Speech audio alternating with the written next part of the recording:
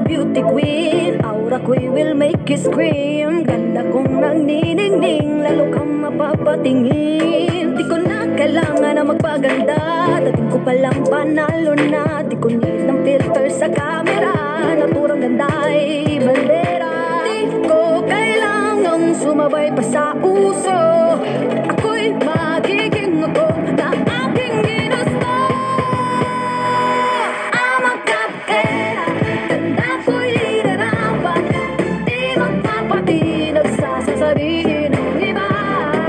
I'm a cupcake, umaasaw ang karin. Pamilya, siya si Sene Ramos, contender number 1. Nais ko lang pong batiin ang ating grupo ng happy 8 years anniversary.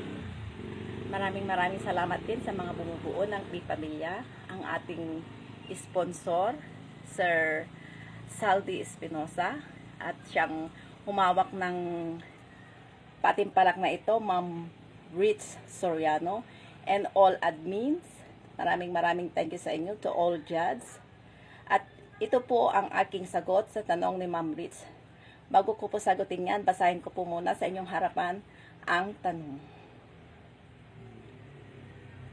Sa inyong pananaw, kung ang magulang ay obligasyon niya ang kanyang mga anak na palakihin o arugahin,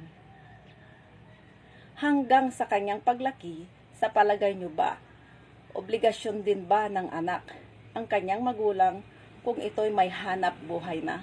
At bakit? Well, maraming salamat, Ma'am Rich, sa inyong tanong. Para sa akin ay oo. Yes.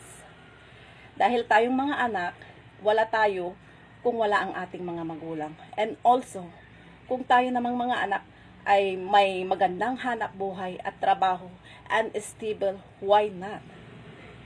Kailangan din nating tulungan ang ating mga magulang, lalong-lalo na dahil sila po ay tatanda na.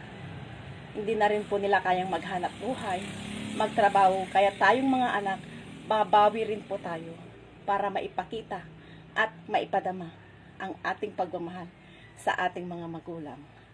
And yan lamang po. Maraming salamat po. Ganda ko'y inarapan. Di magpapatinag sa sasabihin ng iba. I'm a kapukera, umaasaw ang karisma. Ang tunay kong ganda sa lahat na iba. Sa tuwing ako'y napaparaan, narinig ang bulungan na ako'y di kagandahan, ngunit ako'y lang pakialam. Di ko na kailangan na magpaganda, dating ko palang panalo na. Di ko ng payo ng iba para ibandera aking ganda. Di ko kailangang sumabay pa sa uso, ako'y magiging